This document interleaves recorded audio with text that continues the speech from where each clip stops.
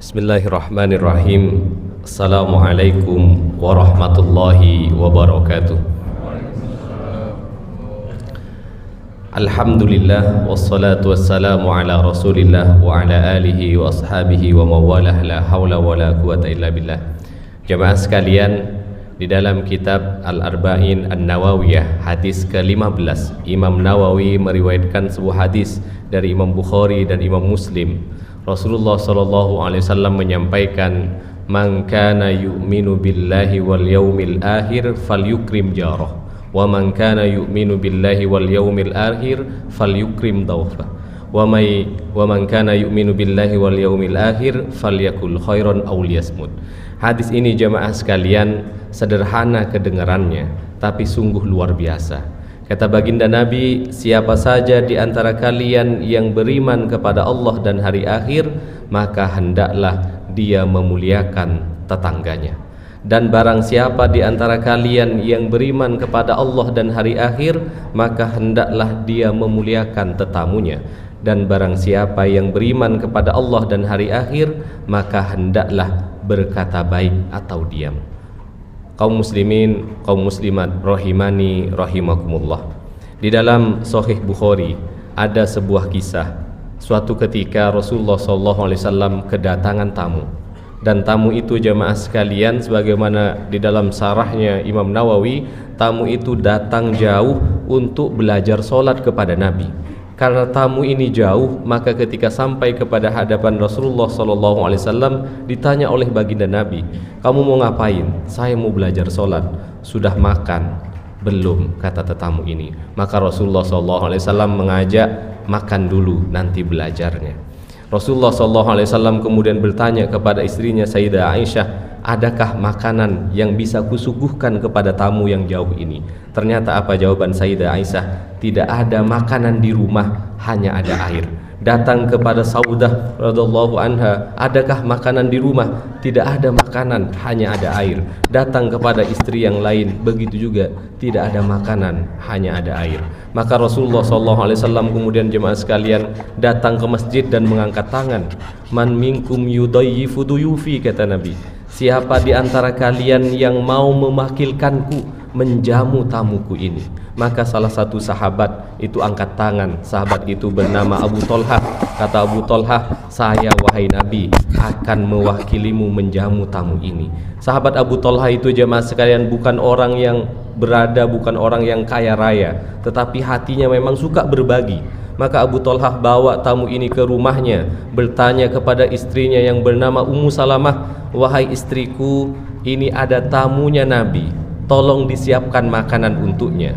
Apa jawaban istrinya? "Wahai suamiku, makanan malam hari ini tidak ada untuk kita jatahnya, hanya ada untuk anak kita."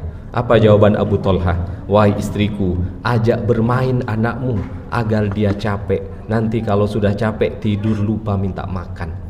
Subhanallah jemaah sekalian, kemudian Abu Thalhah menyiapkan makanan itu sendiri, dihidangkan kepada tamunya, tetapi tamu yang luar biasa ini berkata, "Aku tidak makan sebelum engkau juga makan." Maka Abu Thalhah ngambil tempat lagi jemaah sekalian, diambil dua tempat, diajak istrinya. Kata Abu Thalhah, "Aku tidak biasa makan kecuali dengan istriku, silahkan engkau makan, aku makan di tempat yang lain." Kemudian istrinya Abu Thalhah mematikan lampunya sehingga tamu itu hanya melihat bayangan kedua tuan rumah ini juga sepertinya makan. Maka tamu itu makan dengan lahap. Kemudian selesai kisahnya jemaah sekalian, pada pagi harinya Abu Thalhah mau mengadu kepada Nabi, mau minta maaf karena tamunya tidak dilayani dengan baik. Sebelum Abu Thalhah berbicara di dalam riwayat Sahih Bukhari itu, Rasulullah SAW berteriak kepada Abu Thalhah, "Wahai Abu Thalhah, dohikallahu al-lailah, tadi malam Allah Subhanahu wa ta'ala tertawa an fi'alikuma, dari apa yang kalian berdua kerjakan." Kemudian jamaah sekalian, tidak cukup sampai di situ.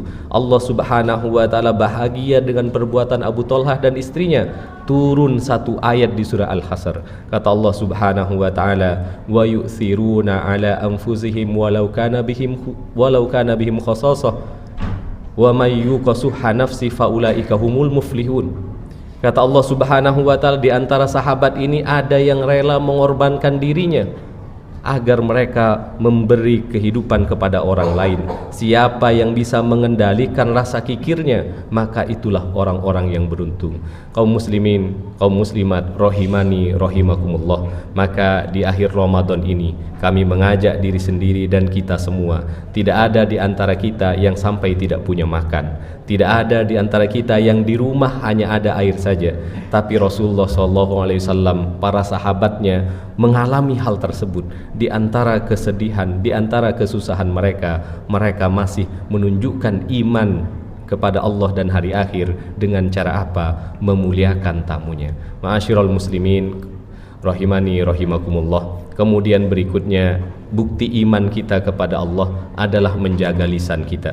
Ketika Rasulullah SAW ditanya, orang Islam yang baik itu seperti apa wahai Nabi? Apa jawaban Nabi? Al-muslimu man salimal muslimuna min lisanihi wa yadihi. Orang Islam yang baik itu adalah yang orang lain selalu selamat dari tajamnya lisannya, dari buruknya perbuatannya. Kaum muslimin, kita sudah melewati separuh dari Ramadan. Mari kita evaluasi keimanan kita kepada Allah Subhanahu wa taala. Bagaimana interaksi kita dengan tetangga, bagaimana perbuatan kita kepada tetamu, dan bagaimana kita mengontrol apa yang keluar dari lisan kita.